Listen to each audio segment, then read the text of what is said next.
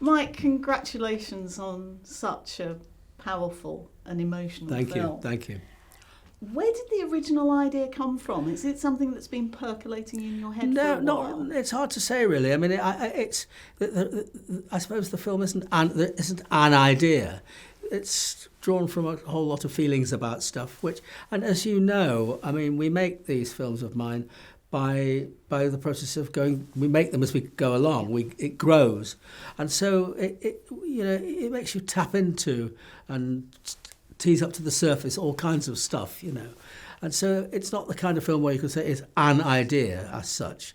It's a whole bunch of things which have emerged from the collaborative work of making the film.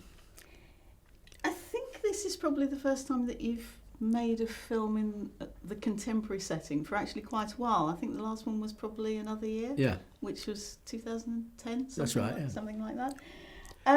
What's brought you back to the present day? Well, it's really not a big deal to discuss. I mean, we've done 2 period films in that time, and it seemed to me good. Let's get back to doing a contemporary thing. I mean, it's not, and also, although Peterloo and its predecessor, Mr. Turner, were period films, as indeed was Topsy Turvy and Vera Drake earlier, I still look at life the same way, looking at people as real people, looking at relationships and families and tensions and aspirations and all of those things in the same tragicomic way. So in a way, I mean, yes, of course it's contemporary in a way that the previous 2 films weren't, but actually it's still looking at life through the same prism, and in the same spirit. And there's actually, thinking about it, a contemporary element in some of those films anyway. I mean, certainly with Peterloo. Yes. So you're never totally detached from today. Absolutely. I think that's right. I mean, just as an aside, all 3 of my main period films were set in the 19th century, different stages of the 19th century. If I was to decide to make a film set, let's say, in the 6th century or the 7th century, I really don't know how we'd do it. It's such a remote time. Yes. And all the research in the world would make it still leave you very difficult to know how to dramatise, how to breathe, put flesh on the bones of those characters in that world. Whereas the 19th century, as you will agree, is really only the day before yesterday. I mean, my grandparents were born around about 1880. And so my great-grandparents came from the early part of it. I mean, it hangs, the 19th century hangs in our received recent experience. Yeah. So I don't really regard my so-called period films as being in that remote a territory. How would you describe Hard Truths? Because there's an awful lot going on in terms of themes and ideas and emotions. Well, the truth of it is, and if this sounds like an evasion, it is.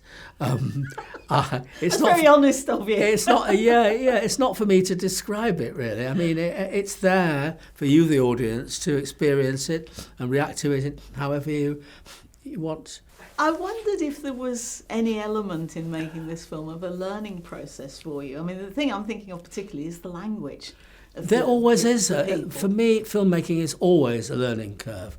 And the thing about, I mean, you're referring to the fact that some of the language that's used is obviously, very specifically, British, London, Black Jamaican lingo. It's almost like a dialect in its own Sure, way. it is a dialect. And I make no bones about it. I mean, I've done this lots in different projects. I'm there to collaborate with the actors, and part of that is learning from them, and finding out about things that I don't know about, and putting it, distilling it into the film.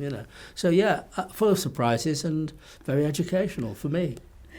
I felt that the film had quite an open ending. I'm not going to say too much about it, obviously, for people who've not seen it. I mean, there is a touch of optimism, I guess, for Moses. But I wondered what you felt that the future was likely to hold for Pansy and her family, or are you leaving that to the audience to decide? Absolutely am not going to contribute to that discussion at all. It really is up to you, the audience.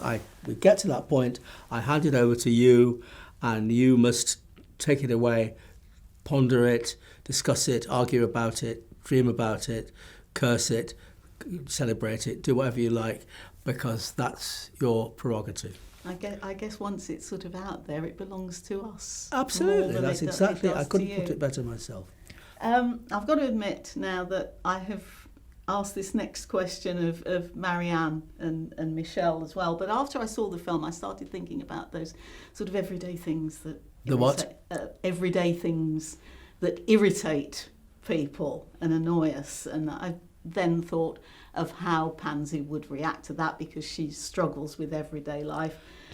I wondered what the everyday irritants are that really drive you round the bend. Oh, that's an interesting question.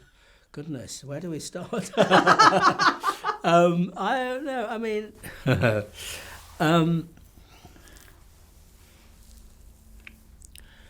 I suppose more than anything, and I don't want to sound pious in saying this, but more than anything, it's dishonesty, really, and people bullshitting in various different ways, the way people do, you know. Yeah.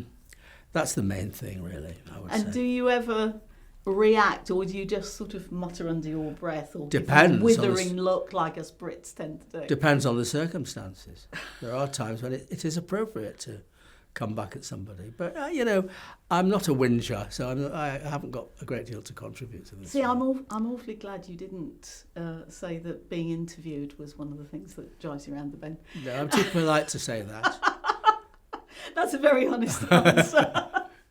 Mike, thank you so much. Thank you. And thank you again for the film, which I thoroughly enjoyed. Great, thank you very much. Thank you. Ladies and gentlemen, you're watching Hey You Guys! Hey, you guys! Hey you guys! Hey, that's what they all say. Hey you guys! Hey, you guys!